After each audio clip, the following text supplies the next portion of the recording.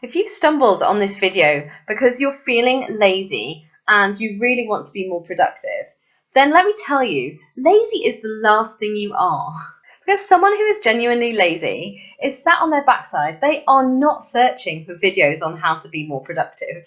Isn't that true? That actually what you're doing is telling yourself a story at the moment. You're telling yourself that you're lazy, that you're not good enough, that you really should have done this by now. And whatever it is that you're procrastinating on, it's somehow some kind of deficiency in you. So that's the first point I wanted to make, that actually you're probably here because there's something important that you want to achieve and you know you're a high performer, and on some level you feel that you're not really up to the mark. But the fact that you are here demonstrates to me that you are up to the mark, and I want to help you get past that and move forward. You know, I've found so many times in my own life when I'm not moving forward with something, it's because I'm telling myself a story about it, one that isn't true, one that is unhelpful, one that frankly needs to be shut down.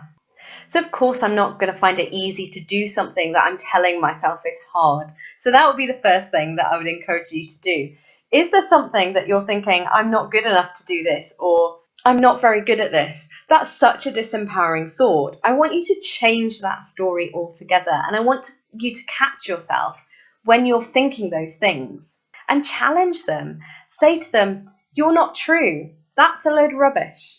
And I want you to focus instead on what you can do, what's easy for you.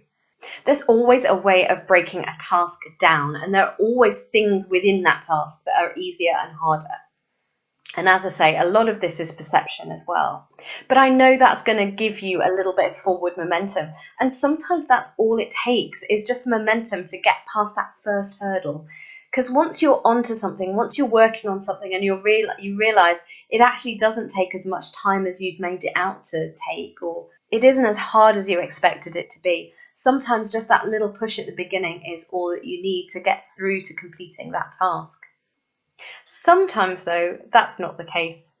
And we can try to focus on the feeling of having done something and it just doesn't seem to work.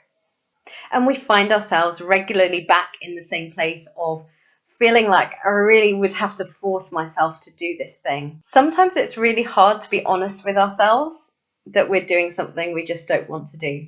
And sometimes that's the reason why we can't get our energy behind it. So if there are recurring things in your life that you really don't want to be doing and you find yourself procrastinating every time they come up, then ask yourself, is there a way that I can release this from my life altogether? Is there a change that needs to be made? And what is it that I'm not seeing? What is it that I'm not admitting to myself about this situation? It's not always easy to admit to ourselves when things need to change. Sometimes these things are complex, they have layers, and we don't let go of things because on a level they serve us in some way. We're getting something out of them. But procrastination, continually putting things off, can be a signal that something needs to change on a drastic scale. And much as you might push yourself or try to reframe things, actually it's your intuition telling you that no, you need to do something about this. This is not for you. This is something that you need to release, you need to move forward from. I used to think procrastination was a bad thing. I used to think that it reflected on me. I used to think that it meant I was lazy and unfocused and just not very good at doing things. And I remember really wanting to be more productive and feeling like I ought to be able to accomplish more, to achieve more in a day. And I looked at other people and I thought, well, they can do it, so why can't I? And I didn't get it. But the truth was, there were stories I was telling myself, and there were things that I was doing that I didn't really want to do. And actually, when I started listening to myself as to what did I want to do, then there wasn't such a hold over my life. And this need to feel productive just kind of goes away because it really doesn't matter anymore.